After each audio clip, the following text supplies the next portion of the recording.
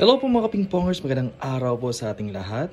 Another day, another racket setup na naman po. Hatid po ng inyong likod, ping-pong, palamulok. Para kaya ito guys, isipapaship natin papuntang Medina, Misamis, Oriental. Napaka-astig po ng racket setup dito guys. Tignan nyo naman po, ang blade niya po is ito pong Speedy Blade, a carbon blade from Yinhe. Si Yinhe T1S. Tignan mo yung itsura guys. Ayan, and we have its blue rubber. One of the best seller ni Donic, si Donic Barracuda. And ang black rubber naman po ay si DHS Hurricane 8. At syempre, sinamahan natin ito ng edge tape. So nag-order po nito ma'am. Thank you so much po for trusting Ping-Pong Palamulok.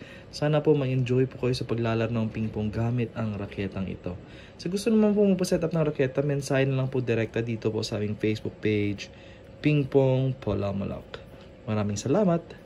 God bless.